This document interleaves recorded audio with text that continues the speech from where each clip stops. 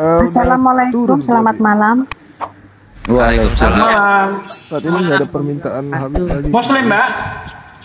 Kristen saya. Wah, untung aku bener jawabnya. Hahaha. Assalamualaikum ya. Nggak apa-apa kan, hanya masalah bahasa toh. Nggak bisa Mbak, artinya beda. Bukan begitu, Mbak. Di dalam kitab Anda dilarang mengucapkan salam kepada orang beda agama, Mbak. Nggak apa-apa kalau di agama saya, nggak apa-apa. Itu kan hanya ucapan salam. Ya, di kitab Anda ada larangannya, Mbak. Mau tahu ayatnya?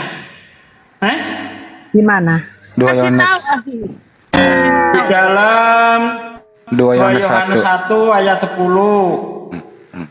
Dan apabila ada orang datang kepadamu dan dia tidak membawa ajaran ini, janganlah kamu mengajak ke dalam rumahmu dan janganlah mengucapkan salam kepadanya. Barang siapa yang mengucapkan salam kepadanya, maka dia akan memperoleh upah dari perbuatan yang jahat. Tuh.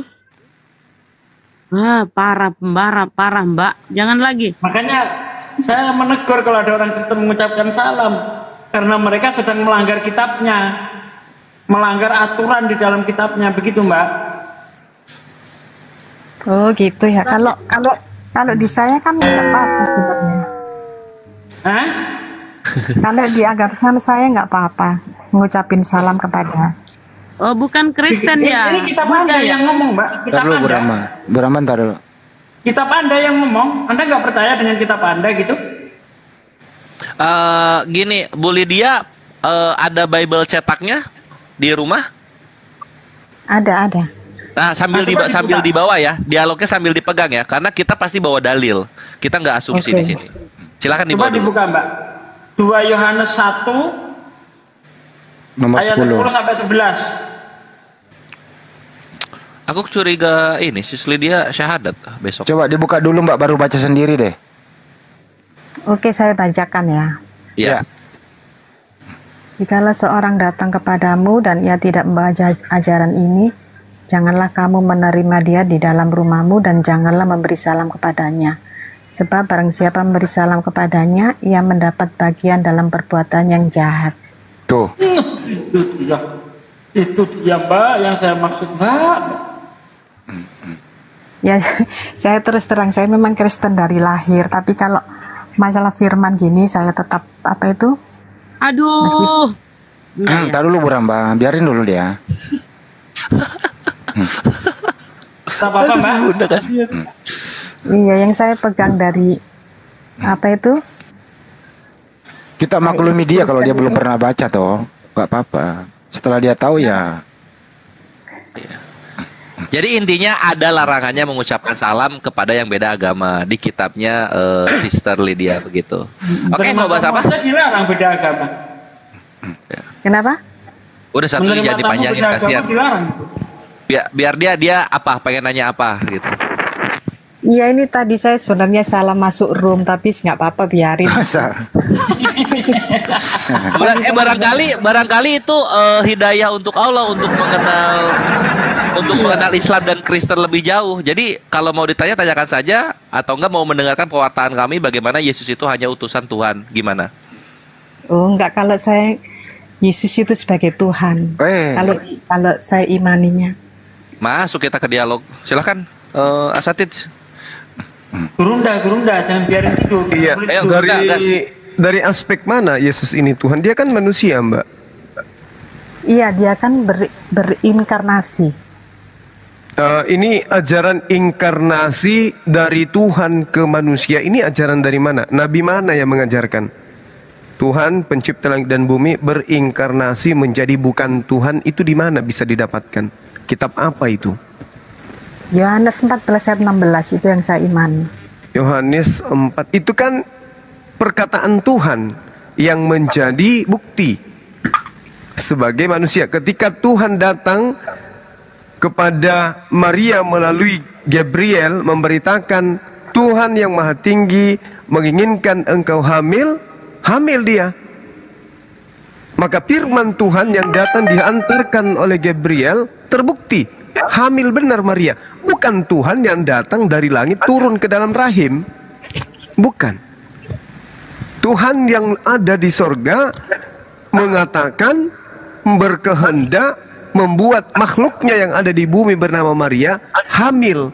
Dan sebelum hamil, Tuhan mengutus Gabriel datang pada bulan ke-6. Maria, Tuhanmu yang di surga menginginkan engkau hamil. Maria mengatakan, mana mungkin, aku kan tidak pernah disentuh. Yang Maha Tinggi menaungi atasmu dan dia mau engkau hamil. Hamil. Makanya Yesus ketika saudara saya mengatakan Tuhan datang menjadi manusia inkarnasi, keliru. Kenapa? Karena Yesus membantai itu. Yohanes 8 nomor 42. Aku datang bukan atas kehendakku sendiri. Berarti bukan Tuhan yang inkarnasi. Andaikan Tuhan yang inkarnasi, maka manusia ini akan berkata, aku datang atas kehendakku. Aku yang mau berinkarnasi menjadi manusia. Tapi faktanya Yohanes 8:42, aku datang bukan atas kehendakku sendiri. Berarti dia bukan inkarnasi. Dia adalah murni 100% ciptaan. Silakan. Tapi Itu dia kan tadi menyebut Yohanes 14 ayat 16. Itu kan Yesus meminta penolong yang lain. Yohanes Bukan 1. 14 ayat 6. Gimana? Yohanes 14 ayat 6. Ah, Itu kalau kita, jalan. iya, akulah jalan. Kalau kita baca satu perikop dari Yohanes 14 itu, semakin menguatkan Yesus itu bukan Tuhan. Satu perikop Anda coba baca. Aku tidak berkata-kata dari diriku sendiri. Perkataan yang kamu dengarkan dari mulutku itu bukan dari diriku, tetapi dari Dia yang telah mengutus aku. Aku akan minta kepada Bapa dan Dia akan memberitakan kepadamu seorang penolong. Aku minta. Berarti Dia bukan Bapa itu sendiri. Tapi Yesus kan apa itu Tritunggal. Allah Bapa, Allah Roh Kudus Tritunggal. Ini dia yang ngajarin Tritunggal itu siapa? Ya ini kan Yesus. Kata Yesus kepadanya, akulah jalan benar dan hidup. Tidak ada seorang pun yang datang kepada Bapa kalau tidak melalui aku. Itu artinya tiga tapi satu, bukan Allah tiga, bukan gitu pengertiannya. Kalau saya. Iya, baik. Akulah jalan, akulah kebenaran, akulah hidup. Nah, Yesus di situ pada tiga komponen ini dia sebagai apa? Manusia kan? Iya, reinkarnasinya tadi itu. Putus sudah. Reinkarnasi itu tolong digunakan akalnya, Mbak. Reinkarnasi itu udah selesai, inkarnasi itu nggak ada. Karena Yesus mengatakan, aku datang bukan atas kehendakku. Misalnya nih, ada Tuhan, ada dewa. Dewa ya, kita cerita dewa, karena kalau di konsep Yahudi dan Islam itu nggak ada kayak gitu. Ada dewa, seperti di cerita pewayangan, Dewa Brahma, kemudian inkarnasi menjadi Arjuna. Berarti sang Arjuna akan mengatakan, aku datang atas kehendakku sendiri. Kenapa? Saya tadinya yang Brahma, yang turun ke bumi menjadi Arjuna. Saya sendiri yang mau datang menjadi Arjuna. Maka Arjuna mengatakan, akulah Brahma itu yang datang sendiri mengambil rupa manusia bernama Arjuna. Tapi Yesus tidak mensifati itu. Yesus mengatakan, aku datang bukan atas kehendakku sendiri. Aku berkata-kata bukan dari diriku sendiri. Aku tidak dapat berbuat apa-apa dari diriku sendiri. Aku tidak dapat menghakimi dari diriku sendiri. Aku dan Bapa adalah dua. Yohanes 5. Artinya reinkarnasi itu udah hilang, batal. Nah sekarang terkait dengan Yesus mengatakan, akulah jalan, akulah kebenaran, akulah hidup. Apakah sampai di situ? Tidak. Ketika Yesus adalah jalan, ketika Yesus adalah kebenaran, ketika Yesus adalah hidup, tiga komponen ini menjadi satu. Ternyata belum mampu membuat dia menjadi Tuhan. Dan ternyata memang bukan. Kenapa? Karena sebab tidak ada yang sampai kepada Bapa tanpa melalui aku. Berarti dia hanya jalan. Makanya Yesus selalu mengatakan, mengikuti aku, mengikuti aku, mengikuti aku. Bukan mengatakan, menyembah aku, menyembah aku. Aku mengenal muridku, muridku mengenal aku, mereka mendengarkan aku dan mengikuti aku. Berarti Yesus harus diikuti. Kenapa Yesus harus diikuti? Karena Yesus adalah penunjuk jalan menuju kepada Tuhan. Dia penunjuk jalan, makanya dia disebut gembala. Sebagai gembala yang baik, dia menuntun dari domba-dombanya untuk menuju kepada kandang. Bukan gembala itu adalah kandang itu sendiri. Salah. Dia hanya jalan. Seibarat jalan ke Monas itu bukan Monas. Tapi untuk sampai ke Monas harus melalui jalan. Tapi orang yang menganggap jalan itu adalah Monas itu sendiri, itu keliru. Misalnya ada orang dari daerah terpencil ke Jakarta, melihat jalan menuju ke Monas, dia teriak-teriak, "Are, aku udah sampai di Monas. Aduh, cantik kali Monas ini, rata nggak kayak di kampung, bergelembung-gelembung. Ini juga keras ini. Ini ternyata Monas ini." Padahal itu bukan Monas itu. Anda baru sampai kepada titian jalan, belum sampai Monas. Berjalan lagi terus, jalan ke depan, baru sampai di Monas. Monas dan jalan itu beda. Tapi jalan adalah titian untuk menuju kepada Monas. Kenapa Yesus mengatakan akulah kebenaran? Karena pada jalan itu ada rambu-rambu. Kalau tidak mengikuti rambu-rambu ini bahaya. Jalannya ada belok kiri, ada belok kanan. Kalau belok kanan menuju kepada rumah sakit, belok kiri menuju kepada rumah sekolah, padahal yang mau dituju ini Monas, maka harus lurus. Makanya disebut Yesus itu jalan. Apa? Kebenaran. Karena dia punya rambu-rambu. Jangan ini, jangan itu. Wahai guru, dengan cara apakah saya bisa memperoleh hidup? Apa kata Yesus? Lakukanlah segala perintah Allah. Perintah yang mana? Jangan membunuh, jangan berzina, jangan hilangkan hukum Taurat meskipun yang paling terkecil, dan ajarkan kepada orang lain supaya tidak menghilangkan dan seterusnya. Itu jalannya, itulah kebenaran itu. Gak boleh kemudian melakukan satu tindakan ibadah tanpa ada unsur aspek yang kuat dari instruksi perintah Tuhan. Lalu apa itu hidup? Ketika kemudian menjadikan Yesus ini sebagai jalan, menjadikan ajaran Yesus ini sebagai kebenaran, kedua-duanya ini digenggam dengan erat, maka orang itu akan memperoleh hidup. Apa itu? Sampai kepada Bapa. Tidak ada yang sampai kepada Tuhan tanpa melalui aku. Kata siapa? Kata Yesus. Berarti Yesus itu hanya jalan. Tidak ada yang sampai ke puncak Bromo tanpa melalui Mbah Marijan. Tapi Mbah Marijan itu bukan Gunung Bromo. Dia hanya jalan menuju ke puncak. Ini yang Yesus katakan di Yohanes 14 itu. Akulah jalan, akulah kebenaran, akulah hidup. Tidak ada yang sampai kepada Bapa tanpa melalui aku. Ya, Mbah Marijan juga mengatakan begitu. Gak ada yang sampai kepada puncak Gunung Bromo kalau tidak melalui aku. Masya Allah. Assalamualaikum warahmatullahi wabarakatuh. Bib, barakallahu fiik. Waalaikumsalam warahmatullahi wabarakatuh. Masya Allah, barakallah. Subhanallah. Ada apa gerangan? Kami mau ditegur kayaknya ini. Enggak. Saya tertarik dengan pembahasan ini, beberapa kali saya ikuti, alhamdulillah kan. Jadi mudah-mudahan orang yang mendengar di sini mendapat hidayah, ampunan, taubat. Kalau yang sudah tahu taubat, insyaallah. Amin amin ya Ini ada ayat juga yang menguatkan saya. Bentar Mbak Ludia. Ya silakan. Okay. Silakan Bib. Ada lagi yang bertanya, langsung aja Bang Juma, saya dengar dulu. Oh iya, Masya Allah. Masya Allah. Jadi grogi saya ini. Silakan. Iya, Masya Allah. Silakan Saudari Lydia. Ada lagi surah apa? Ayat berapa? Kitab mana?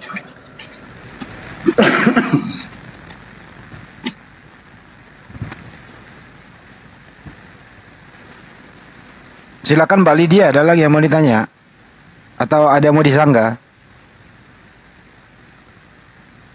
Halo? Enggak, ini Ya. saya ini yang menguatkan saya, ada ayat yang menguatkan saya. Iya. Yohanes 13 ayat 13. Wih, Waduh. Iya. Jadi Guru dan Tuan. biar berapa? Jadi kalau kita mengkaji data-data ini, kita harus kembali kepada pengucapan Yesus. Yesus di dalam menyampaikan risalah kepada Bani Israel menggunakan bahasa Aram. Rabam wamaran. Akulah Tuan, akulah guru dan Tuan. Kenapa Tuan? Karena di situ disebut Mar. Mar dalam bahasa Aramaik atau Maran itu adalah Tuan. Posisinya bukan Tuhan. Kalau Tuhan itu Alaha. Dia mengatakan Rabban wa Maran, bukan Rabam wa Maran, wa Alaha, bukan. Artinya dia tidak menyebut dirinya sebagai Tuhan. Dia hanya menyebut dirinya sebagai Tuan. Tuan itu dalam Aramaik disebut dengan sebutan Maran. Dalam bahasa Yunani Theos. Sedangkan Yesus hanya menyebut dirinya sebagai Kurios. Berarti dia Tuan. Di negara kita ini, coba ibu buka KBBI. Saudari Lucia buka KBBI. Kalau berbicara Tuan dengan Tuhan itu berbeda. Tuan itu manusia. Tuhan sudah pasti bukan manusia. Tetapi Tuhan terkadang dipanggil Tuan.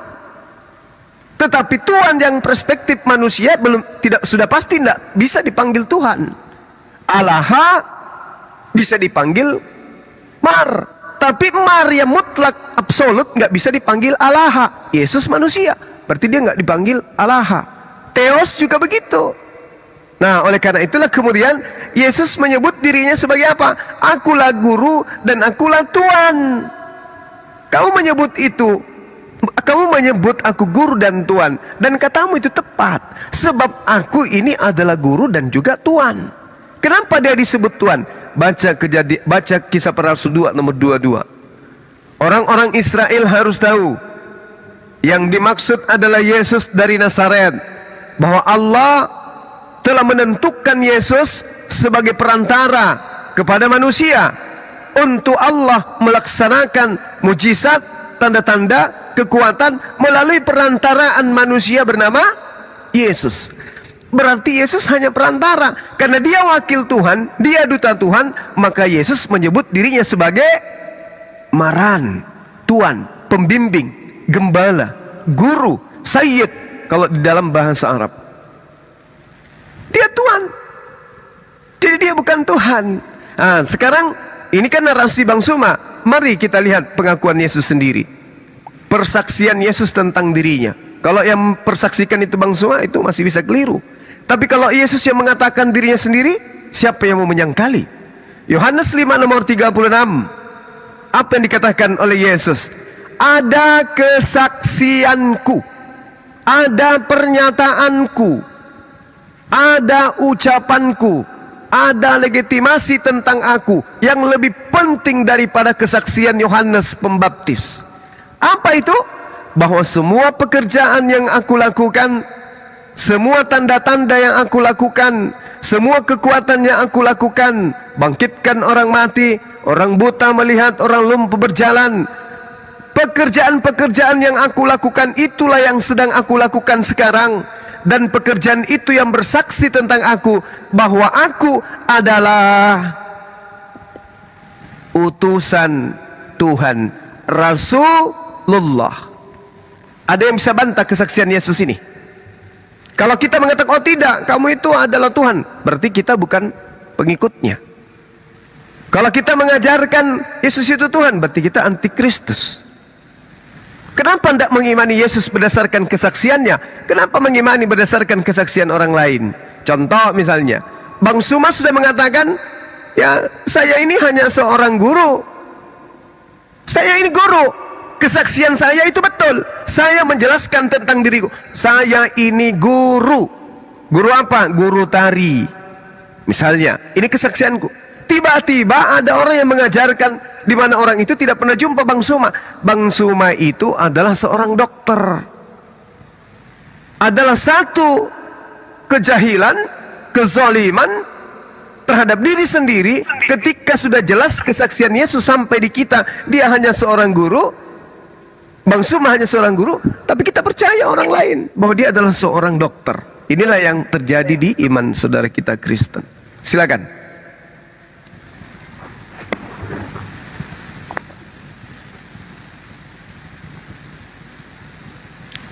Gitu ya pengertiannya di Islam gitu ya.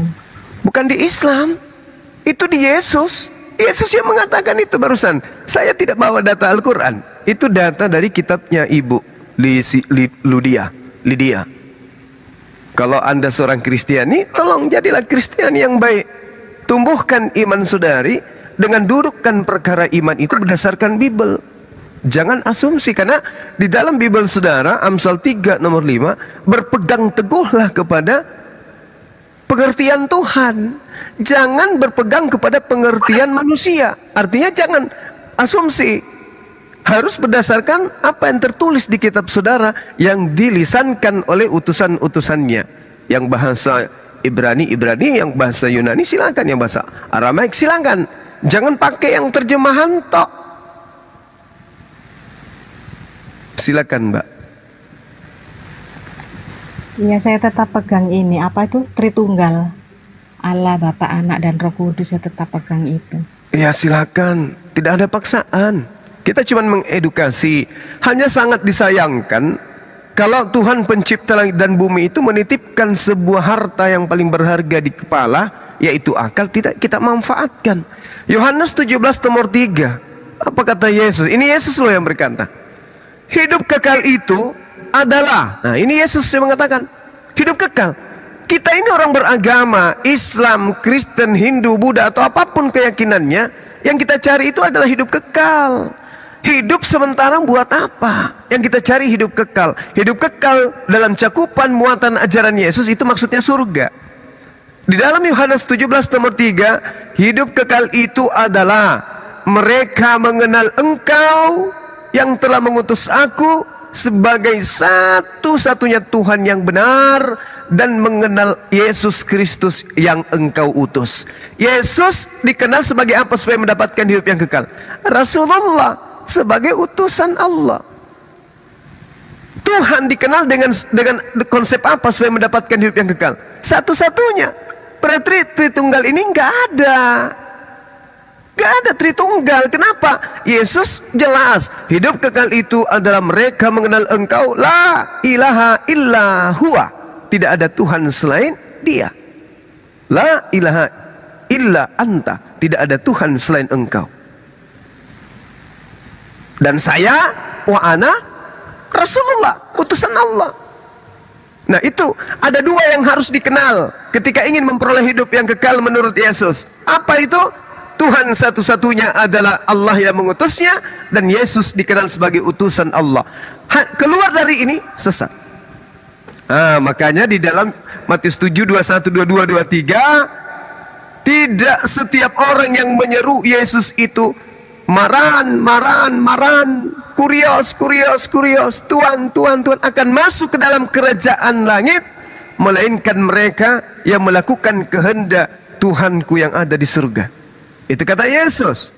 Maka orang-orang itu komplain di ayat 22-nya, Yesus, Tuhan Yesus, bukankah kami ketika kami di dunia, kami habiskan waktu kami bernubuat pakai namamu, mengusir setan pakai namamu, bermujizat pakai namamu. Tapi apa kata Yesus? Enyahlah daripadaku kalian semua yang bermujizat, mengusir setan, bernubuat pakai namaku adalah penyesat. Kata Yesus lah itu. Matius 7, 21, 22, 23. Enyahlah daripadaku, aku tidak mengenal engkau, aku tidak mengenal kalian. Kalian semua adalah pembuat kejahatan. Di mana ditempatkan orang yang membuat kejahatan? Matius 13 nomor 50. Orang yang berlaku kejahatan dilemparkan ke dalam api neraka. Na'udzubillah, summa na'udzubillah. Ya, kami umat Islam berlindung dari sikap, dari konsep iman seperti itu. Silakan, Bu. Aku bumbuin dikit boleh, Guruna? Silakan Dinda. Permisi ya, silakan. Sis Lydia, Yesus itu Tuhan ya, bukan Tuan? Ya, Tuhan. Oh, dia Tuhan, bukan Tuan ya? Bukan Tuhan, Okay. Tuhan. Coba kita cek ya. Di Yohanes 13:13 ya? Iya. Yohanes 13 ayat 13. Ini ya. Yohanes 13. Kamu menyebut aku guru dan Tuhan. Itu ya? Iya. Nah, ini terjemahan baru ya? Terjemahan baru ya. Ya, mau lihat nggak di Biblos cetak yang lama? Mau nggak? Mau lihat nggak? Kasih lihat. Ya nggak apa-apa, boleh. Boleh ya. Nah, ini alkitab.sabda.org. Dia ada opsi-opsinya, mau melihat kitab secara bagaimana. Nah, kita pilih ini ya, yang kuno. Kita pilih kuno. Kita klik kanan, kita buka. Cuk. Nah, di sini. Nah, nanti keluar nih di sini Bu Lydia. Ya, Yohanes 13 terjemahan Van Hessel abad ke-17 1646. Nanti Bernius ada, nanti juga ada Browerius. Ke bawah lah ini biblos cetak yang lama, yang lama-lama, yang pertama kali Yesus diperkenalkan ke bangsa Indonesia. Gitu. Pertama kali itu abad ke-17 oleh Van Hessel. Siapa Van Hessel? Nah, kita harus tahu dulu siapa penerjemah ini. Nah, Van Hessel adalah seorang direktur dari perusahaan Hindia Timur Belanda. Bahasa Belandanya Verenigde Oostindische Compagnie atau yang disingkat dengan VOC. Yang dikenal karena membuat salah satu terjemahan pertama dari sebagian isi biblos ke dalam bahasa Melayu. Nah, kita lihat nih isinya sekarang, Sis Lydia. Untuk Yohanes 13:13. Yohanes 13 ya. Kita buka. Ini dari 1 sampai 5 bukan, berarti yang ini. Nah, kita buka yang ini. Nah, ini Yohanes. Ini chapter 13, Yohanes halaman 104. Nah, ini Yohanes 13 nomor 6, nomor 7, nomor 8. Kita langsung ke 13 ya. Nah, ini 13. Kita lihat di sini. Kamu bernama aku guru dan apa ini sis? Aku kurang jelas. Tuan. Baca Lydia. Bunda Rahma. Lydia, ini. baca Lydia. Gimana sis? Sebentar. Ini kok Ini gimana? nggak bisa lihat ya. Oh ya, coba dilihat dulu coba. Kacamatanya nggak tahu di mana ini, nggak bisa. Aduh, sayang sekali Bunda Rahma. Bunda Rahma lagi sis Lydia. Jadi di sini aku bacakan aja ya. Kamu beri nama aku guru dan tuan. Dan yang kamu katakan karena akulah. Nah, gitu. Nah, ini yang menarik. Ketika pertama kali Yesus diperkenalkan ke dalam bangsa Indonesia, sis Lydia, masih diperkenalkan sebagai Tuan Yesus ini. Belum menjadi Tuhan. Dar, selamat datang di kebenaran. Itu sudah. Silahkan Gurunda. Ya, mungkin dari Habib kita ada yang ingin disampaikan. Silakan Bib. Nah, belum ada yang bisa disampaikan karena yang sudah disampaikan semuanya ini alhamdulillah benar baik semuanya. Masya Itu Allah. sisi Ini dia kalau memang belum ada yang bisa dicerna, coba diperhatikan lagi yang tertera di kitab suci Anda. Mungkin bisa jadi pembuka hati. Masya Allah Bib. Habib kita tawadhu sekali. Amin Bib. Amin. Amin Allahumma amin. Amin. Amin, insyaallah. Ini mudah-mudahan dengan pertemuan-pertemuan Bang Jumas, izin saya mau tanya. Ini Iya, Bib. pertemuan-pertemuan seperti ini setiap malam Minggu, malam Senin atau setiap malam ya, Bang? Dia malam Bib. Setiap malam ya.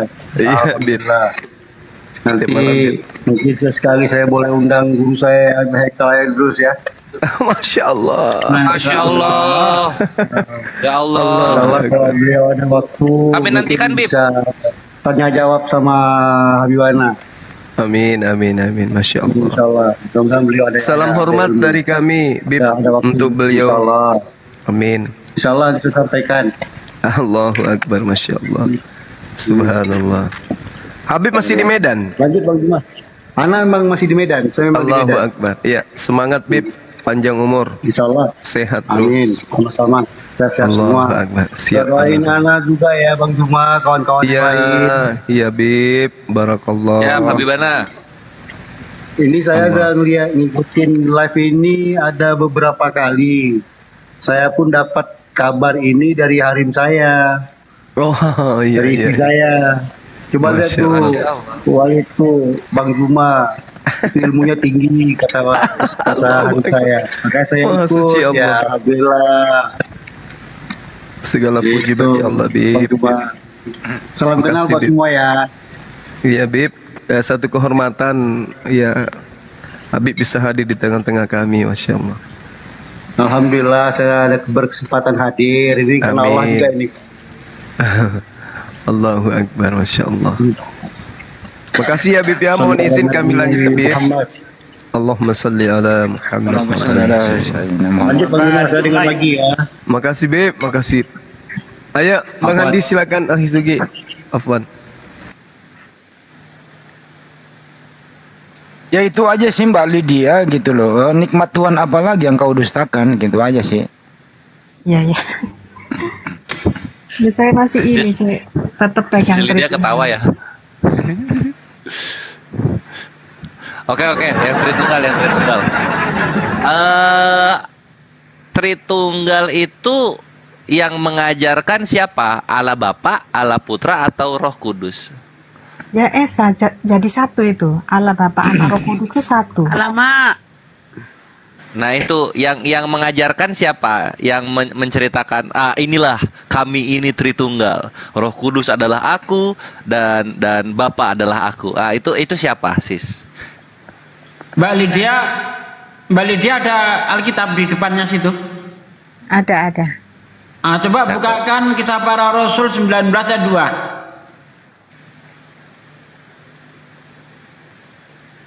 Kisah Rasul berapa? 19 ayat 2.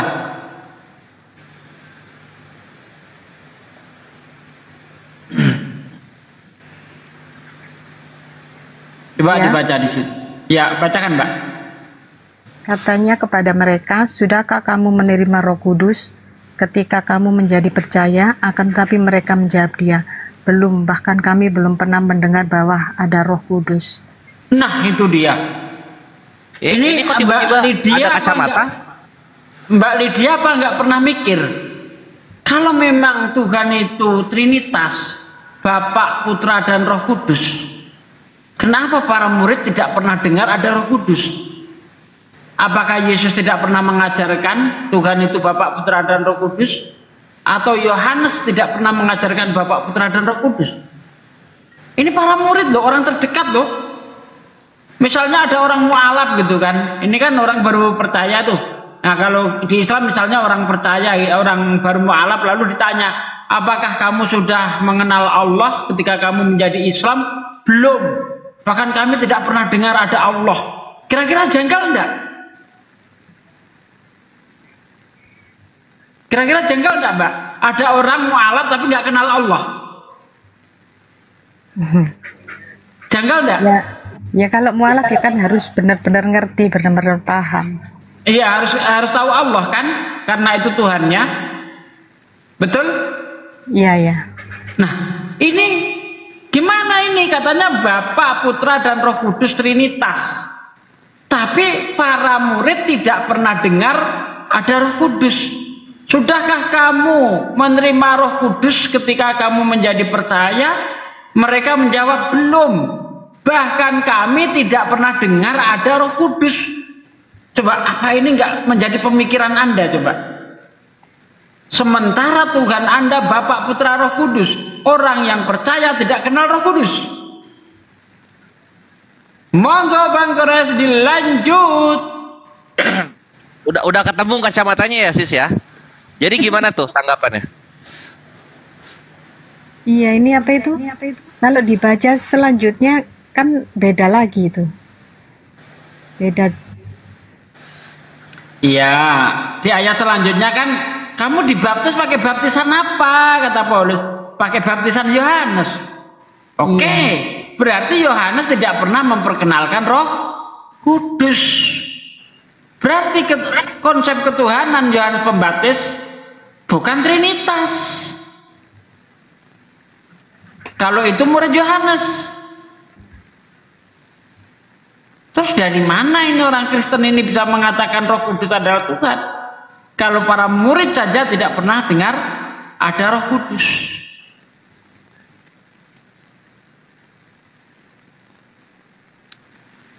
Udah lah, Mbak. Trinitas.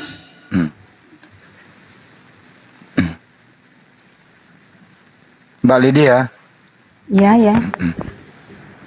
Mbak, sebenarnya Tuhan Mbak Lydia ada berapa sih? Satu, yaitu tadi Tritunggal itu tadi yang saya imani. Kalau satu kok ada trinya? Itu kan istilah kayak gini loh, Kak, istilah kayak apa Ya, itu? coba. Contohnya kayak ini, anak kunci. Ada anaknya kan nggak ada ya, kunci itu sendiri. Gitu pengertian saya. Oke, kalau Bapak sama Yesus itu anak apa namanya? Satu. Yesus menjelma jadi manusia, yaitu tadi Allah Tritunggal. Allah Bapa. Kalau Yesus dan Bapak itu satu, artinya anaknya Bunda Maria siapa? Yesus, yaitu melalui Bunda Maria, tapi melalui bukan hubungan manusia. Apakah bapaknya Yesus ikut terlahirkan oleh Bunda Maria? Maksudnya bapaknya? Kan Bapak dan Yesus satu.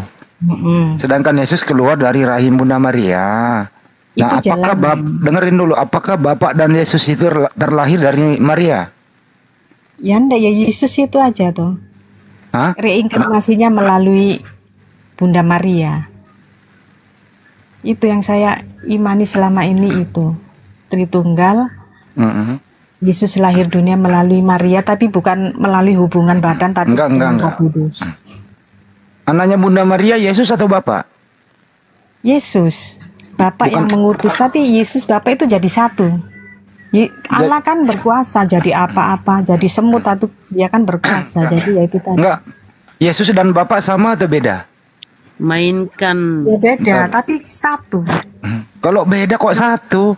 Iya. Itu tadi loh, Kak. Allah Tritunggal.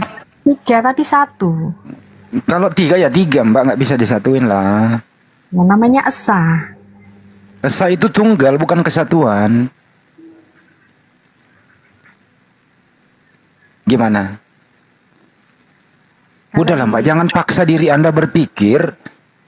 Sebenarnya Anda nggak bisa jangkau pemikiran, tapi Anda mikir gitu loh. Jangan dipaksa lah. Disederhanakan itu, ketuhanan yang Maha Esa, Esa itu tunggal, bukan kesatuan, Mbak. Contoh ya, Bapak itu tidak punya fisik, Yesus punya fisik. Betul ya, Mbak? Betul. Sama atau beda itu?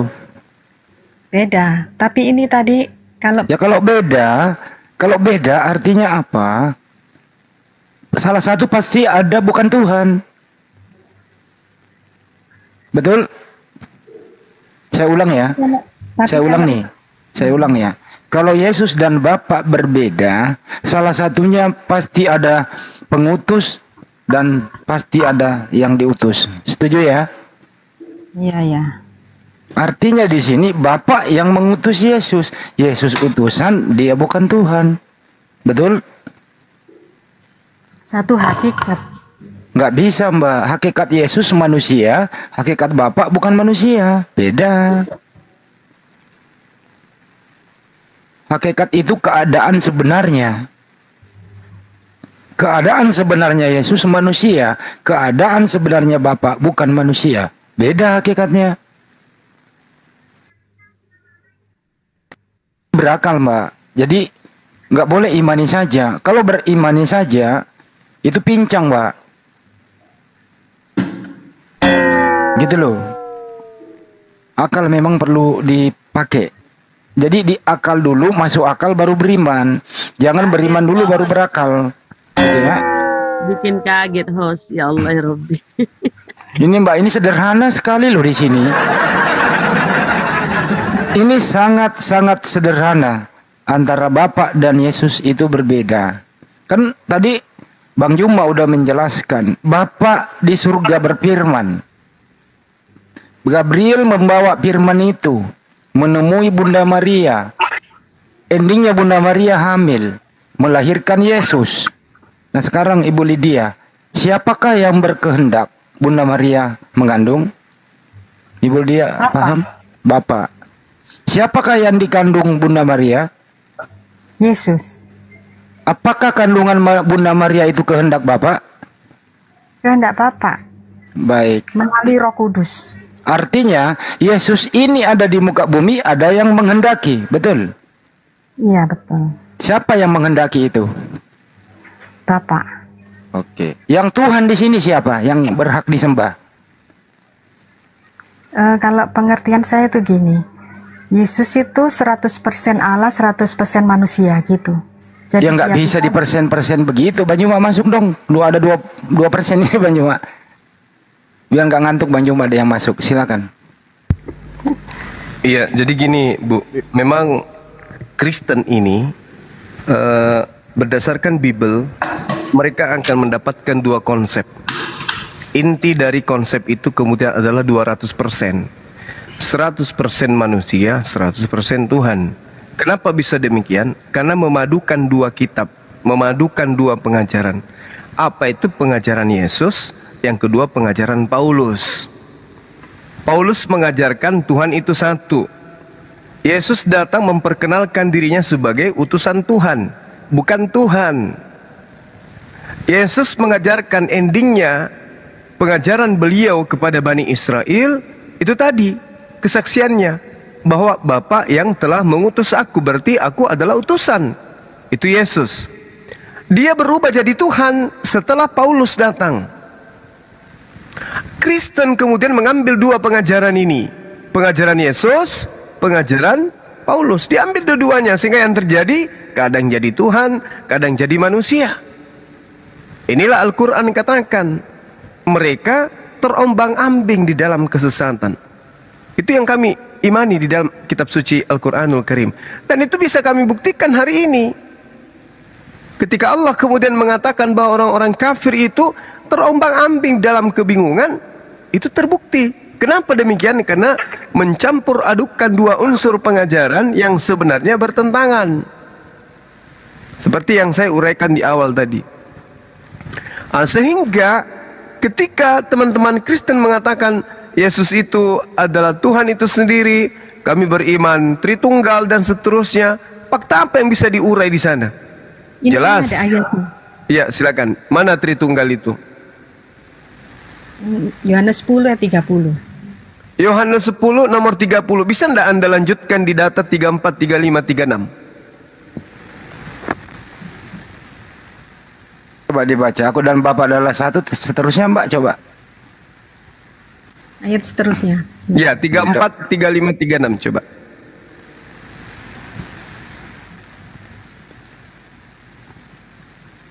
Benar. Baca aja Mbak, gak apa-apa.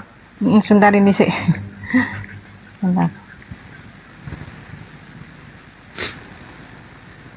Biar beliau yang baca. Silakan, silakan. Iya. Yohanes 10. 30. Ya. Aku dan Bapa adalah satu. Iya. Sekali lagi orang-orang Yahudi mengambil batu untuk melempari Yesus. Kata Yesus kepada mereka, banyak pekerjaan baik yang berasal dari Bapakku yang kuperlihatkan kepadamu. Pekerjaan manakah di antaranya menyebabkan kamu melempari aku? Jawab orang-orang Yahudi itu, bukan karena suatu pekerjaan baik, maka kami melempari engkau, melainkan karena engkau menghujat Allah dan karena engkau Manusia hanya seorang manusia, menyamakan. seorang manusia saja menyamakan dirimu dengan Allah. Kata Yesus kepada mereka, tidakkah ada tertulis dalam kitab Tauratmu, aku telah berfirman kamu adalah Allah. Jikalau mereka kepada siapa firman itu disampaikan disebut Allah, sedang kitab suci tidak dapat dibatalkan, masihkah kamu berkata kepada dia yang dikuduskan oleh Bapa dan yang telah diutusnya ke dalam dunia, engkau menghujat Allah karena aku telah berkata aku anak Allah. Nah, Jikalau aku tidak melakukan pekerjaan-pekerjaan Bapakku, janganlah percaya kepadaku. Tapi jikalau aku melakukannya dan kamu tidak mau percaya kepadaku, percayalah akan pekerjaan-pekerjaan itu supaya kamu boleh mengetahui dan mengerti bahwa Bapa di dalam aku dan aku di dalam Bapa. Itu tadi. Yesus. Oke. Bisa saya jelaskan? Boleh ya Mbak ya? Jadi di data nomor 34-nya sebelumnya kan dituduh, bukan karena pekerjaan ini sampai kami ingin melempari kamu batu, melainkan kamu hanya manusia biasa, tapi kau menyetarakan dirimu dengan Tuhan. Apa klarifikasi Yesus? Halo Bani Israel, bukankah di dalam kitab Tauratmu dikatakan siapapun yang diserahi tugas untuk menyampaikan firman, maka dia disebut sebagai Allah. Dan ketetapan itu tidak bisa dibatalkan. Makanya Nabi Musa alaihissalam ketika bertanya kepada Allah, Elohim, saya jawab apa kepada mereka?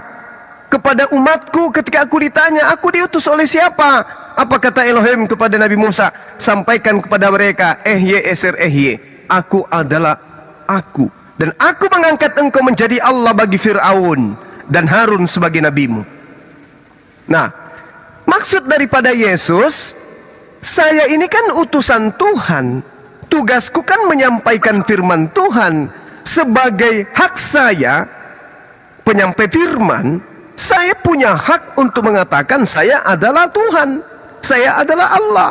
Apakah itu disipati? Disipati oleh siapa? Firman Tuhan yang disampaikan oleh utusan Tuhan. Contoh ini. Di dalam Al-Quranul Karim. Bismillahirrahmanirrahim. Innani anallah. La ilaha illa ana.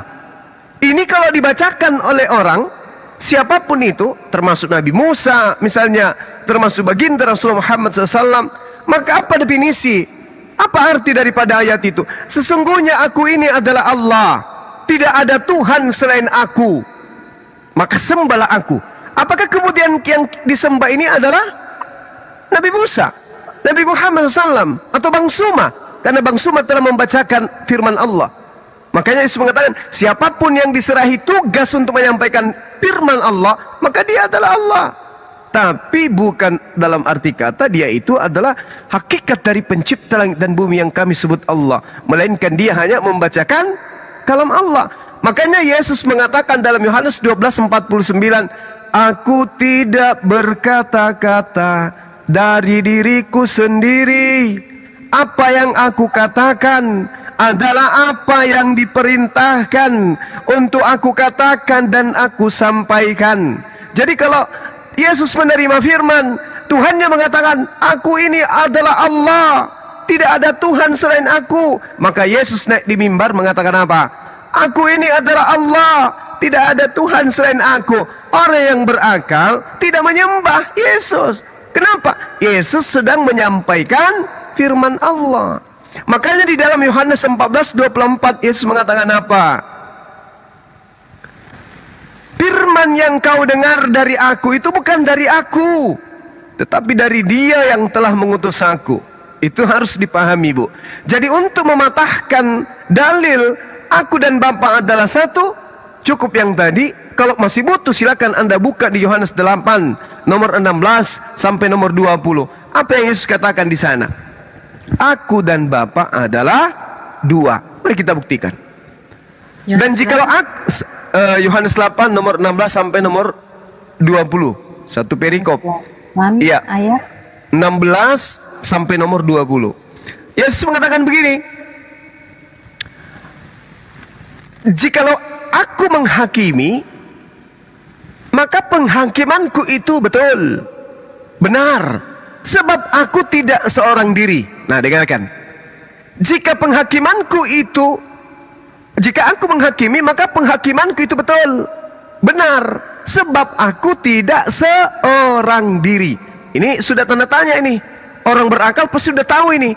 Tidak seorang diri, berarti dia berdua minimal. Nah, ternyata betul.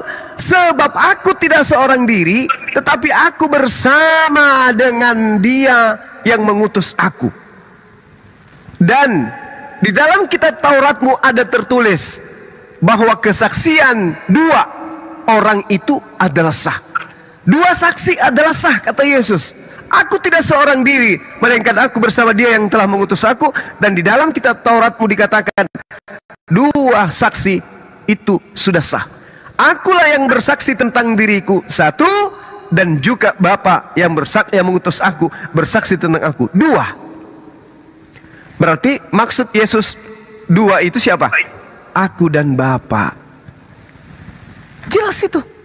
Aku tidak menghakimi seorang pun, tetapi jika aku menghakimi, penghakimanku itu tentu betul. Sebab aku tidak seorang diri, melainkan aku bersama dengan Bapa. Dan di dalam kitab Tauratmu, dua saksi sah. Akulah yang bersaksi tentang diriku, dan Tuhan yang mengutus aku bersaksi dengan aku. Berarti dua saksi. Berarti di situ ada berapa? Satu atau dua? Bu Lydia, Yesus dan Bapa itu satu atau dua? Satu, tetap satu. يخادعون الله والذين آمنوا وما يخدعون إلا أنفسهم وما يشعرون. Yesus mengatakan, aku dan Bapa adalah dua. Ibu mengatakan satu. Ibu mau menutupi kebenaran untuk siapa? Di mana satunya ini?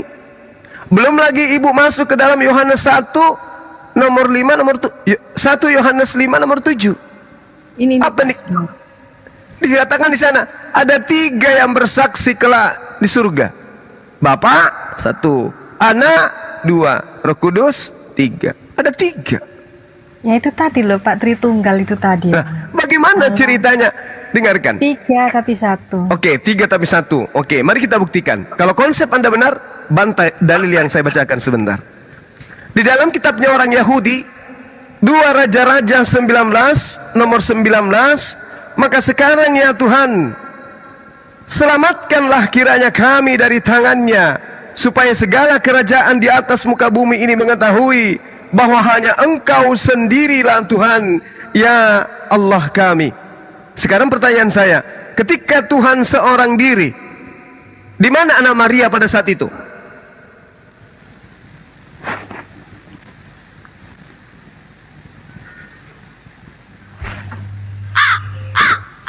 Satu ya.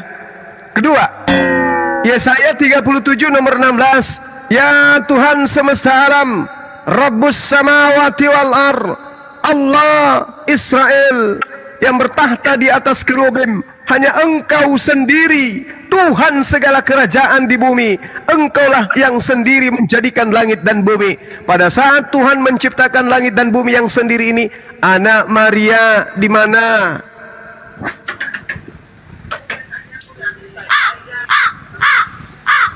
Dua, tiga. Ayub 9 nomor 8. Engkaulah Tuhan yang seorang diri membentangkan langit dan melangkah di atas gelombang-gelombang laut. Pada saat Tuhan yang seorang diri menciptakan langit, membentangkan langit dan melangkah di atas gelombang-gelombang laut, anak Maria di mana?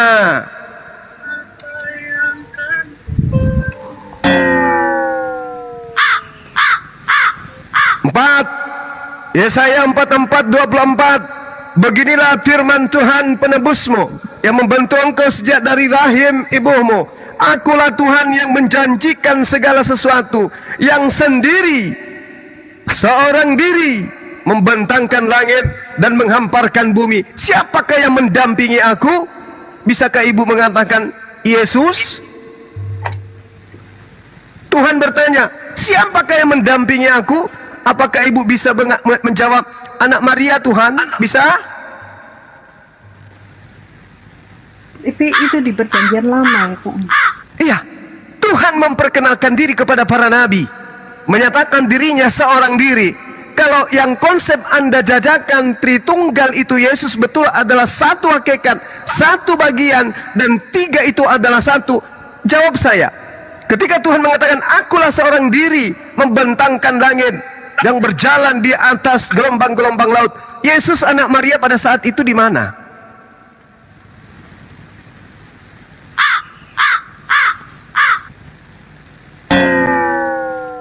Gak ada. Yesus gak ada. Yesus gak ada. Jadi Tritunggal Trinitas itu hanya buatan gereja. Tuhan tidak mengenal Yesus sebagai Tuhan pada saat itu. Makanya Tuhan datang pada saat Yesus dibaptis di Sungai Yordan. Apa kata Tuhan? Dengan kasihnya, begitu besar kasihnya, Tuhan pencipta langit dan bumi akan bumi ini. Maka dia mengutus anaknya Yesus, supaya orang yang percaya kepadanya memperoleh hidup yang kekal, dan yang tidak percaya kepadanya binasa di dalam dosanya. Yesus dipercaya sebagai apa? Utusan Tuhan. Selesai. Begitu besar karunia Tuhan, begitu besar kasih Tuhan akan dunia ini, maka dia didomi, dia memberi, dia menganugerahkan anaknya, anak dalam perspektif Amsal 3 nomor 11 nomor 12 yang disebut anak Tuhan dalam perspektif Yahudi praktisi Torah adalah, dengarkan Ibu, yang disebut anak Tuhan dalam praktisi Torah adalah mereka yang disebut soleh, orang yang intim, orang yang akrab dengan Allah, disebabkan karena mereka taat dan tunduk kepada didikan Tuhan. Engkau adalah anakku sebab engkau taat mendengarkan dan melaksanakan didikanku. Jadi anak Tuhan itu adalah mereka yang setia melaksanakan didikan Tuhan, laksana anak yang taat kepada didikan ayah. Silakan Anda baca Amsal 3 nomor 11 nomor 12. Jadi Yesus itu adalah orang soleh. Dia disebut anak karena dia soleh. Dia mendengarkan dan melaksanakan dan mempraktekkan apa yang diperintahkan. Makanya dikatakan, aku tidak berkata-kata dari diriku sendiri. Yohanes 12 nomor 49. Aku tidak dapat berbuat apa-apa dari diriku sendiri. Makananku adalah melakukan apa yang diperintahkan oleh Bapa. Yohanes 5:30 dan seterusnya. Jadi Yesus itu adalah seorang muslim yang taat, dia adalah orang yang soleh. Demikian, mungkin ada tambahan dari teman-teman yang lain, silakan.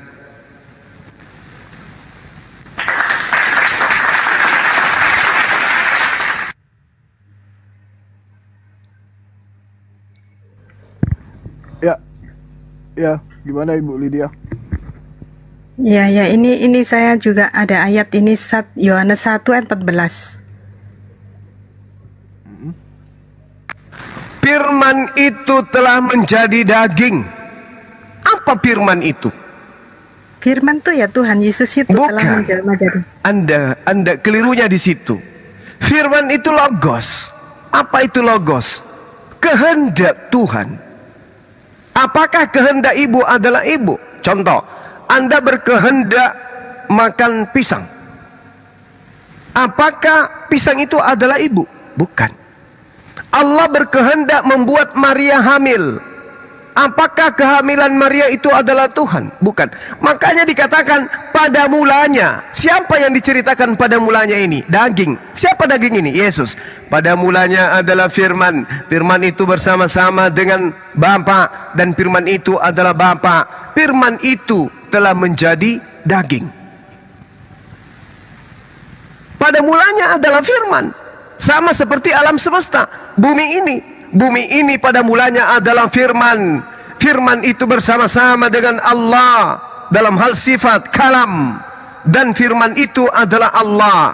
Jadi alam semesta ini pada mulanya adalah firman yang terlontar dari mulut Allah. Innama amruhu idza arada syai'a ayyaqula lahu kun fayakun. Apakah itu ada di dalam kitabnya Ibu? Ada. Baca Yesaya 55 nomor 11. Ketika Tuhan hendak menciptakan sesuatu, maka dia cukup berfirman. Maka firman yang keluar dari mulutnya tidak akan kembali kepadanya dengan sia-sia sebelum apa yang difirmankan itu terjadi. Subhanallah. Juga ada di Mazmur 33 nomor 9. Allah hanya memberi perintah, maka semuanya jadi. Dia hanya memberikan instruksi, maka semuanya ada. Mazmur 33 nomor 9. Maka Gabriel datang pada bulan ke-6. Wahai Maria, ya apa Jibril? Tuhan yang maha tinggi menginginkan engkau hamil. Kata Maria, bagaimanalah mungkin? Aku nggak pernah disentuh laki. Kata Maria, kata Gabriel, Tuhan yang maha tinggi menaungimu dan dia menghendaki engkau hamil. Hamil enggak Maria? Hamil. Masakan ia datang firman Tuhan ke dia, Maria mengatakan, aku nggak mau. Nah, pulang lagi Gabriel. Tuhan, dia nggak mau. Nggak mungkin seperti itu. Terjadi. Makanya kami di Islam, Nabi Isa alaihissalam itu kami imani sebagai kalimatuhu, ruhullah wa kalimatuhu. Ruh dari Allah dan kalimat dari Allah. Apa kalimat itu? Kalimat itu adalah perkataan, kehendak, instruksi dari Allah. Nah, yang masalah sekarang ketika Anda mengatakan Yesus itu firman, Yesus itu perkataan. Bukan. Yesus itu makhluk berupa manusia yang berasal dari perkataan Tuhan. Apa buktinya? Coba kita lihat. Segala firman, ini kata Yesus, segala firman yang engkau berikan kepadaku telah aku sampaikan kepada mereka. Berarti Yesus masih menerima firman. Kalau dia adalah sang firman itu sendiri, dia tidak menerima firman lagi. Dia cukup berkata. Tapi apa katanya? Aku tidak berkata-kata dari diriku sendiri. Ya, katanya tadi sang firman. Kalau sang firman, kun fayakun. Berkata jadi. Yesus tidak. Aku tidak dapat berkata-kata dari diriku sendiri. Apa yang aku katakan adalah apa yang diperintahkan untuk aku katakan dan aku sampaikan. Tertulis di mana? Di kitab Ibu. Yohanes 12 nomor 49. Jangan dikurangi, jangan ditambahi. Yesus bukan sang firman, sebab Yesus tidak dapat berkata-kata dari dirinya sendiri. Sedangkan sang firman adalah sang maha kehendak, sang maha berkehendak. Ketika dia menghendaki sesuatu, cukup dia mengatakan jadi, maka jadi.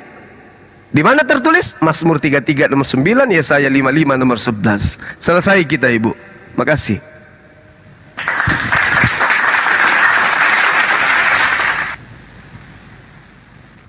Udah itu aja, Pak. Baik, Bu Lydia, sering-sering kesini kita belajar sama-sama. Ya, Ibu bertanya, insya Allah kami akan menjawab. Bertanya tentang Quran, insya Allah kami akan jawab. Tanya tentang dalil Bible, insya Allah kami di sini akan membantu untuk jawab.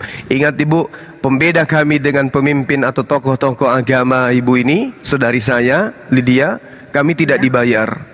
Nggak ada perpuluhan di kami. Jadi apa yang tertulis di Bible, itu yang kami uraikan. Tidak ada kami sembunyikan, tidak ada kami tambah dan tidak kami kurangi. Sebab apa? Tujuannya hanya mengedukasi. Anda percaya, alhamdulillah. Anda tidak percaya, astaghfirullahalazim. Kembali kepada Allah Subhanahu wa taala. Allahu akbar. Makasih ya Bu Lydia atas waktunya. Ya, sama-sama. Terima kasih. Sama-sama. Assalamualaikum. Waalaikum, saudariku yang baik hati. Semoga Allah melembutkan hati saudari saya untuk menerima Islam. Ini tolong saya diturunkan, saya nggak bisa turun sendiri. Diantar house turun. Siap. Iya, Masya Allah.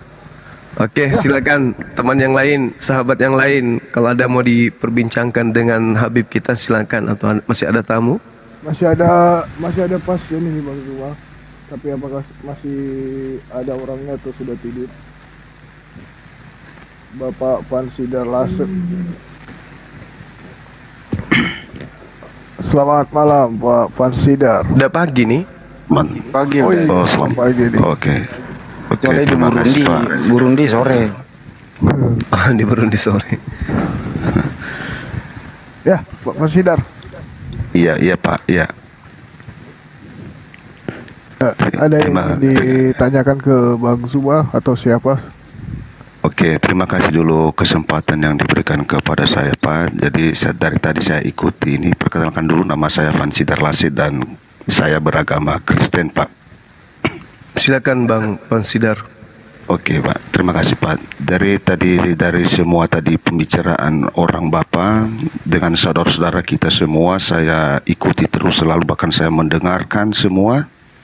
Dan itu ada satu pertanyaan saya Pak di dalam hal ini tentang kelahiran daripada Yesus itu. Kenapa bisa beda dengan para nabi semua? Kalau memang Yesus itu sebagai hanya utusan atau nabi, kenapa kedatangannya sangat istimewa? Harus melalui roh, bahkan seorang wanita yang masih perawan. Kenapa tidak seperti para nabi yang lain, lahir secara manusiawi? Terima kasih Pak.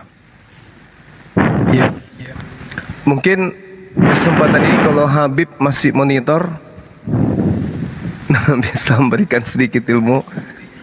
Afwan. Lanjut dulu Bang Juma. Jangan dengar aja dulu. Baik. Nanti kalau ada waktunya saya akan buat kajian sebentar. Kita bersama-sama. Insyaallah. Baik. Masya Allah. Baik.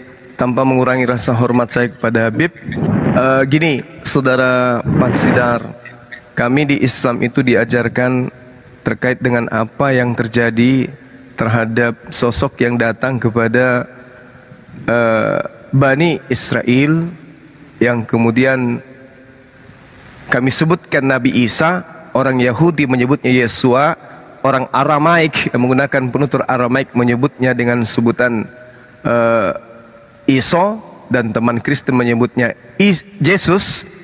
Itu hanyalah merupakan pertanda kepada Bani Israel. Al-Quran mengatakan, in huwa illa abdun an'amna alaihi wa ja'alnahu mathalan li Bani Israel. Isa tidak lain hanyalah seorang hamba yang kami berikan nikmat kenabian kepadanya dan kami jadikan sebagai contoh pelajaran. Hanya contoh pelajaran. Untuk siapa? Untuk Bani Israel. Di Al-Quran di ayat lain mengatakan semisal penciptaan Isa itu sama seperti penciptaan Adam, sama-sama diciptakan, gitu. Lalu kemudian kenapa dia istimewa? Kalau karena dasar pijakan itu kemudian kita mengatakan dia Tuhan karena keistimewaan kelahirannya, bukankah Kristen saudara saya ini selalu mengatakan tidak ada yang mustahil bagi Tuhan? Coba kita lihat secara logika. Kalau Nabi Adam alaihissalam dicipta dari tanah, bisa jadi manusia utuh sempurna, langsung dewasa dia, tidak melalui proses bayi, nete, dimandikan, disapi dan seterusnya, langsung dewasa, tanpa ada manusia yang menyapihnya. Tiba-tiba kemudian dia ada dalam keadaan dewasa yang sempurna. Itu masih kita ragukan. Coba lihat istrinya, Siti Hawa. Dia ada dari ketiadaan menjadi ada. Bukan dari rahim loh, dari tulang. Allah mampu kemudian dari tulang rusuk seorang laki-laki. Allah yang maha kuasa mampu menciptakan Hawa dengan jenis kelamin wanita. Dan dari rahimnya jutaan cucu bisa dilahirkan dan seterusnya, beranak cucu mereka. Dari tulang rusuk, tidak melalui proses hamil, tidak melalui proses bayi, anak-anak, remaja, seketika menjadi seorang wanita yang tangguh. Subhanallah. Lalu bagaimana dengan Siti Maryam, Ibu Maria, Bunda Maria? Rahimnya ada, alat reproduksi bayi ada, ya kan? Ovumnya Maria ada, dia wanita sempurna. Kalau tadi Adam dicipta tanpa rahim, Hawa tanpa rahim, Yesus ada rahim, disiapkan rahim. Dan juga prosesnya ada 9 bulan. Apakah itu berat bagi Allah? Lawang tadi nggak ada manusia, bisa. Ada manusia tapi pria tanpa rahim, bisa. Ini ada wanita, ada manusia, ada rahim, tinggal Allah katakan kun. Maka apa yang terjadi? Jadi saya nggak bisa hamil, Bang Jibril. Kenapa bisa? Aku nggak pernah disentuh sama pria, boro-boro hamil. Apa kata malaikat Jibril di dalam kitab saudara di Matius 1 itu? Tuhan yang maha suci menghendaki engkau hamil, nggak ada yang bisa menahan itu. Maka apa yang terjadi? Hamil dia. Jadi kehamilan Maria itu hanya sebagai tanda kepada Bani Israel bahwa kesombongan mereka itu bisa terpatahkan dengan lahirnya seorang manusia di tengah-tengah mereka tanpa ayah. Dan itu Allah buktikan kepada mereka. Untuk apa itu Allah buktikan? Untuk membuktikan kepada kita umat yang datang belakangan bahwa Bani Israel itu benar-benar umat pembangkang. Nabi Musa mengatakan dalam Ulangan, apa dikatakan Nabi Musa? Sedangkan saya masih hidup di tengah-tengah kalian, kalian sudah memperlihatkan ketegaran tengkukmu terhadap Allah. Bagaimana nanti kalau aku mati? Yesus mengatakan dalam Yohanes 7. Ini sudah zamannya Yesus. Berapa tahun dari Musa alaihissalam? Kurang lebih 1400 tahun kalau tradisi gereja. Nah, Yesus pun masih mengatakan itu. Musa mengatakan, aku masih ada di tengahmu, kamu masih membangkang kepada Allah. Bagaimana nanti setelah aku mati? Ternyata di zamannya Yesus terulang lagi. Orang banyak ini, mereka tidak mengenal hukum Taurat. Apa kata Yesus? Terkutuklah mereka. Ini Yesus loh bang. Maka ini tuh membuktikan Allah menciptakan Isa alaihissalam tanpa rahim, tanpa ayah, untuk membuktikan bahwa mereka memang umat yang durhaka, pembangkang. Maka pantaslah Yesus mengatakan kerajaan Allah akan diambil daripadanya dan diberikan kepada bangsa lain. Subhanallah. Itu wajar. Ternyata memang pembangkang mereka. Makanya kerajaan Allah diberikan. Coba Anda baca di dalam Kejadian 49 nomor 10, Bung. Kerajaan Yehuda, kerajaan Israel tidak akan berpindah dari kakinya, pemerintahannya tidak akan berpaling sebelum yang berhak itu datang. Siapa yang berhak itu? Dia hamba Allah yang di atasnya adalah roh yang akan menegakkan hukum-hukum kepada bangsa-bangsa. Maha suci Allah. Jadi seperti itu polanya. Kalau Nabi Isa hanya karena lahir tanpa ayah, itu belum ada apa-apanya bagi orang yang berakal. Sebab Hawa, Adam jauh lebih hebat. Tanpa ayah, tanpa ibu, tanpa rahim. Yang satu tanpa rahim, dari laki-laki dia dicipta. Bisa. Allah tinggal mengatakan, wahai Maria, hamil. Atau logika kedokteran, tinggal disuntikkan saja sperma. Syuk, hamil Maria. Apa? Siapa yang bisa melawan itu? Tapi di agama saudara, mohon maaf, yang datang jadi manusia adalah dewa, Theos. Dalam bahasa Yunani, Theos. Berarti yang datang ke Maria adalah dewa. Sama cerita pewayangan Brahma misalnya, Krishna, Wisnu, Shiva, sama dewa Horus, Atis, siapa lagi? Dewa Hercules, Zeus, sama cerita itu. Ada dewa turun ke bumi menjadi manusia, titisan dewa Zeus, titisan Brahma, dan seterusnya. Ini yang disifati oleh iman saudara. Sementara yang terjadi, Yesus, Anda buka lembaran demi lembaran pengakuan Yesus tentang dirinya. Aku hanya utusan, aku datang bukan atas kehendakku, aku tidak bisa berbuat apa-apa dari diriku sendiri. Ya Tuhanku yang di surga, ya Bapa, ya Bapa, ya Bapa. Selalu berdoa, menandakan dia hanyalah sebagai hamba Tuhan yang lahir dengan mukjizat. Itu Bung, kenapa dia lahir tanpa ayah? Silakan. Oke, terima kasih Pak penjelasannya. Jadi dari penjelasan awal Bapak tadi menyampaikan bahwa seperti Adam itu diciptakan dari tanah, ya. Dan itu memang sudah pekerjaan daripada Allah Bapa itu di surga untuk menjadikan daripada manusia. Jadi setelah saya baca-baca juga dari firman Tuhan dari Perjanjian Lama, semua nabi-nabi itu telah diutus kepada bangsa Israel untuk mengikuti daripada ajaran daripada firman Tuhan, atau melakukan daripada sikap-sikap yang baik, menjauhi kejahatan. Tetapi setelah nabi-nabi itu sudah diutus dan masih juga bangsa Israel tidak ada perubahan daripada perbuatan, maka Allah mengutus anaknya, utusannya, ya, dinamakan sebagai anak karena dia adalah anak, seutusan adalah anak, ya, maka dikatakan dia sebagai anak karena dia sebagai adalah utusan, dan sebenarnya itu sebagai Allah sendiri, ya. Maka dia berpikir, ya udahlah saya turun sendirilah, ini mungkin baru akan mereka mengerti dan akan memahami kalau saya sendiri yang menegur mereka dengan melakukan tanda-tanda ajaib, ya, itu. Jadi dari penjelasan Bapak tadi memang saya terima, saya juga itu secara logika saya terima. Tetapi yang pertanyaan saya ini, kenapa ya Yesus itu lahir ya sangat istimewa dan itu dari surga. Tentu itu dari surga karena dia roh, ya Pak ya, roh itu dari surga, ya jelas ya, turun. Nah kalau secara tiba-tiba turun tanpa ada proses, ya mungkin manusia tidak akan percaya, akan bingung dari mana asalmu. Kamu datang tiba-tiba tidak ada asal, kan begitu. Ya, mungkin dengan cara itu Tuhan mengutus dengan cara namanya mengutus sebagai anak, menjelma sebagai manusia, ya dia menegur bangsa Israel.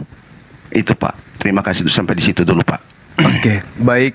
Yang pertama di dalam 1 Korintus 15:48, makhluk-makhluk alamiah sama seperti dia yang berasal dari debu tanah, dan makhluk-makhluk surgawi sama dengan Yesus yang berasal dari surga. Banyak makhluk yang berasal dari surga, Pak. Makhluk yang berasal dari surga itu tidak butuh rahim untuk berada di bumi. Contoh, malaikat yang datang kepada Nabi Abraham di Kejadian 18. Malaikat-malaikat yang datang kepada Nabi Musa di Gunung Sinai di Kejadian 18. Di Kisah Para Rasul 8. Yesus, malaikat datang kepadanya memberikan kekuatan.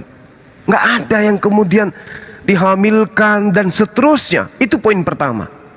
Poin kedua, kalau itu yang menjadi alasan saudara saya ini, terbukti Yesus tidak mampu menjadikan Bani Israel sebagai pengikutnya. Malah Yesus mengatakan dalam Yohanes 7 nomor 60, ini yang menyedihkan. Aku yang memilih engkau yang 12 orang ini muridku, tetapi salah satu di antara kalian adalah setan. Salah satu di antara kalian adalah iblis. Kenapa Yesus mengatakan muridnya yang satu itu iblis? Sebab dialah yang menyebabkan dia akan ditangkap dan disalibkan di atas tiang salib. Berarti yang menyebabkan Yesus mati di atas tiang salib bukan Tuhan, tetapi iblis yang merasuki Yudas. Yudas kemudian berkhianat. Yudas melaporkan kemudian ke tentara Romawi persembunyian Yesus diobrak-abrik. Yesus ditangkap, Yesus dibunuh, mati. Setelah mati apakah berhenti penyesat sampai di situ? Tidak. Iblis tidak diam. Iblis tidak diam. Al-Quran menjelaskan, Al-Quran surah An-Nisa ayat 157-58, beliau Nabi Isa alaihissalam diangkat oleh Allah, diselamatkan. Demikian juga yang tertulis dalam Mazmur 91, Yesus diangkat ke langit. Di data nomor 16 dikatakan, dengan panjang umur akan aku kenyangkan engkau, dan engkau berada di sisiku, aku berikan rezeki padamu, aku berikan makanan, aku kenyangkan engkau. Kata Tuhan di dalam Mazmur 91 data nomor 12 sampai nomor 16. Baca sempurna di situ datanya. Sabar Bang. Di mana Pak?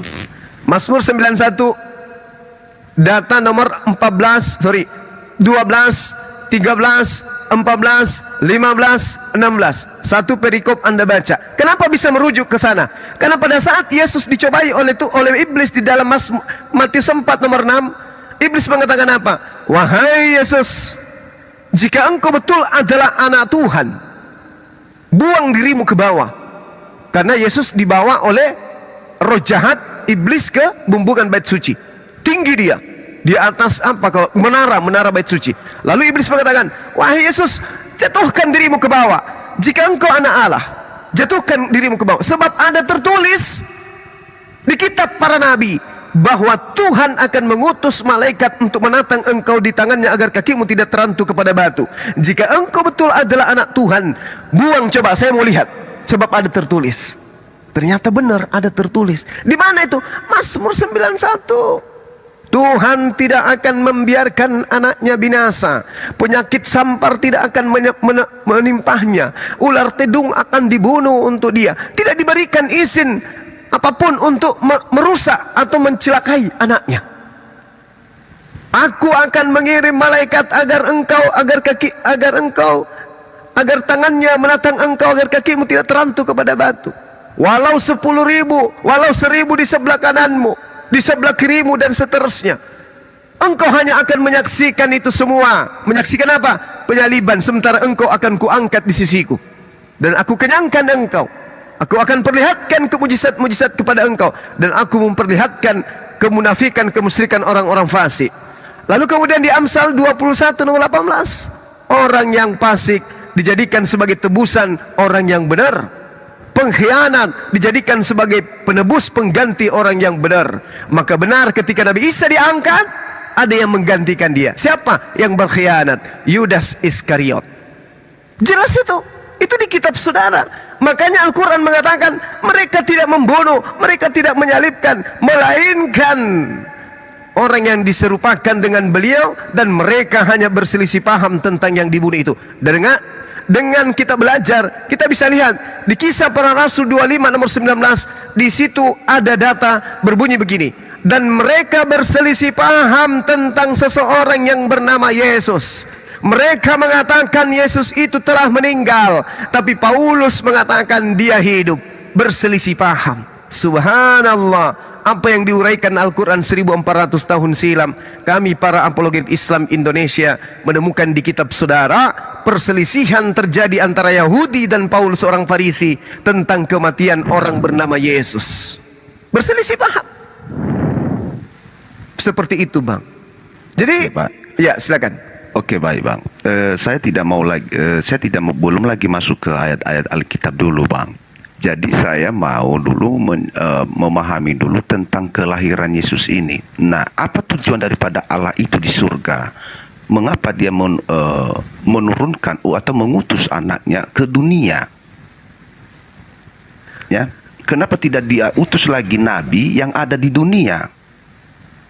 Iya. Ya, silakan. Itu Pak ya. Itu dulu satu yang pertama pertanyaan saya. Kenapa Allah Bapa itu di surga mengutus daripada utusannya dari surga ya sebagai anaknya? Kenapa dia tidak mengutus nabi yang ada sudah di dunia? Ya. Nah, yang berikut. Iya, silakan. Itu yang kedua. Kenapa Yesus itu mati? Apa tujuan dia datang itu? Karena dia di dunia itu menyampaikan daripada tujuan daripada Bapa yang ada di surga. Apa itu, Pak? Ya, tentang pertobatan. Ya. Nah, tentang pertobatan supaya bangsa Israel bertobat ke jalan yang benar. Ya. Nah, itu. Lalu tujuan yang kedua. Berhasil nggak Pak Fansidar? Berhasil nggak? Berhasil nggak tuh tujuannya tuh? Afan yang gagal sampai bentar dulu Pak. Berhasil sampai dia datang di dunia itu dia berhasil. Ya kan nyata. Dia kan menyampaikan daripada tujuan Bapa di surga tentang daripada pertobatan. Kan begitu ya. Kalau pertobatan, Pak, semua nabi diajarkan untuk menyampaikan pertobatan kepada umatnya. Yehezkiel 18 coba Anda baca. Orang-orang Yahudi dikatakan jangan bapak dipenjara, dihukum karena anak juga demikian. Jangan anak dihukum karena bapak. Semua orang menanggung dosanya masing-masing. Dan dosa yang mereka lakukan dihapuskan hanya karena bertaubat. Bahkan kalau Anda lihat dalam Keluaran 29 nomor 12. Mohon maaf ini. Kotoran lembu dapat menghapuskan dosa, Pak. Coba Anda baca tuh. 29 nomor 12. 29. Yes.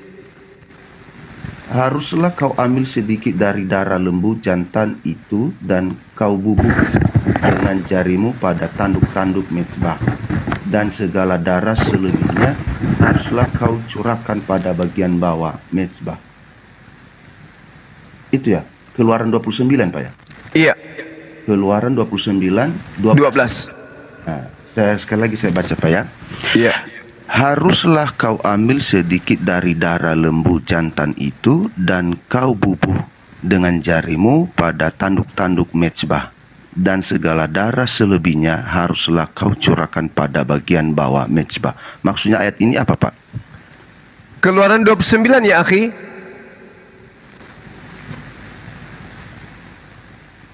Iya, Keluaran 29. Iya, Keluaran 29 dari data 12 sampai 14. Oh, dari 14. Oke, 13. Kemudian Oke, langsung aja ke data 14-nya. 14 ya. Oke. Iya. Tetapi daging lembu jantan itu, kulitnya dan kotorannya haruslah kau bakar habis dengan api di luar perkemahan. Itulah korban penghapus dosa. Oke. Ya, sepakat kita Pak ya. Oke. Iya. Jadi tidak perlu kemudian Tuhan jadi manusia, dibunuh manusia untuk hapus dosa. Ternyata kotoran lembu bisa hapus dosa. Ini ajaran dari Tuhan. Ya. Iya. Jadi kelahiran Yesus ya jelas. Kelahiran Yesus hanya pertanda kepada Bani Israel bahwa Tuhan mampu menciptakan manusia tanpa ayah. Dan Tuhan buktikan itu. Apakah mereka mau beriman? Ternyata tidak beriman. Maka ada alasannya kelak mereka dilemparkan ke api neraka. Aku kan Tuhan marah. Kalau sahabat saya ini, Bang Fansider baca Yehezkiel 5, dari data pertama sampai terakhir itu satu perikop, betapa murkanya Tuhan kepada Bani Israel.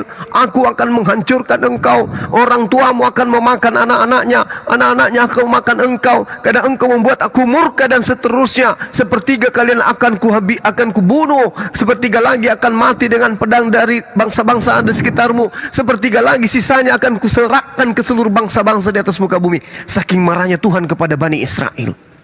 Dan aku akan mengejar engkau dari belakang dengan menggunakan pedang. Ini Tuhan yang mengancam mereka. Maka Tuhan mengutus Nabi Isa alaihissalam untuk membuktikan kepada dunia bahwa kelak aku akan menyiksa orang-orang ini dengan keangkuhannya, dengan kesombongannya, dengan memberikan utusan bernama Isa. Tengoklah, dia tidak akan beriman. Dan betul tidak beriman. Jadi wajar ketika nanti di akhirat Allah tidak ditanyai, kenapa engkau membakar mereka padahal mereka adalah keturunan para nabi? Kenapa engkau membakar mereka padahal mereka telah diberi kitab kepada mereka secara beruntun? Allah menjawab, mereka adalah pembangkang yang laknat.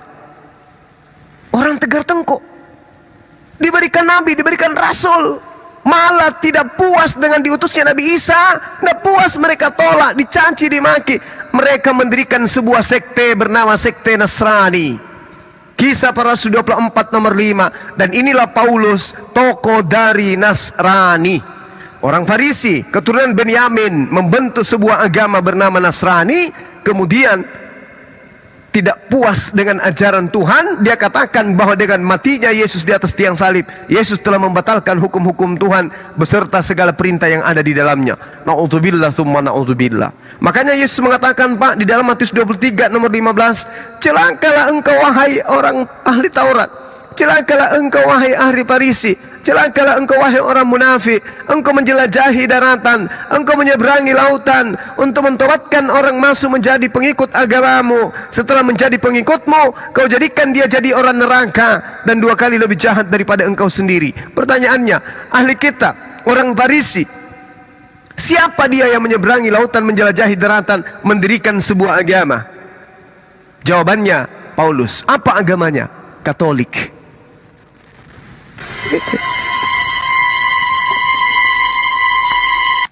Yesus yang mengatakan itu.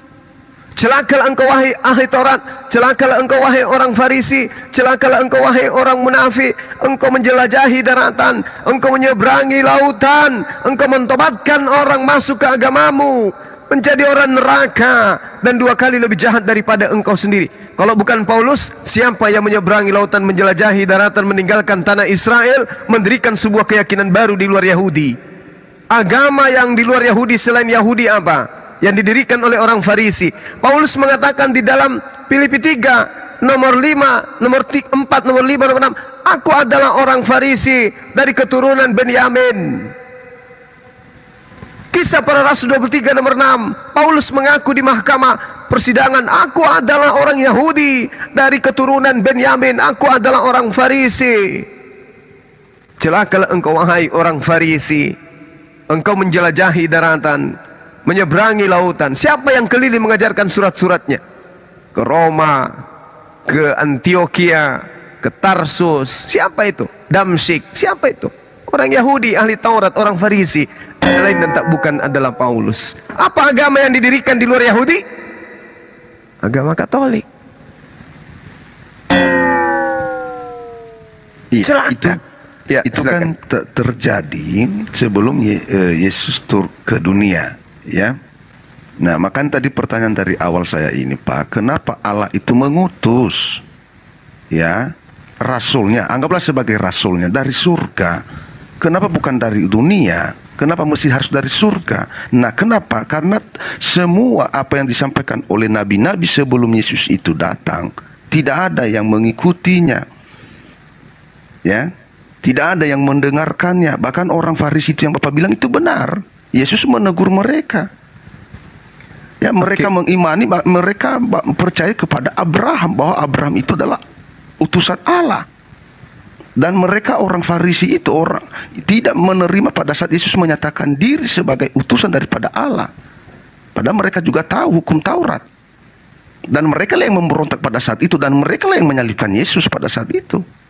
Karena mereka tidak mau nenek moyang mereka, Bapak Abraham itu, ya,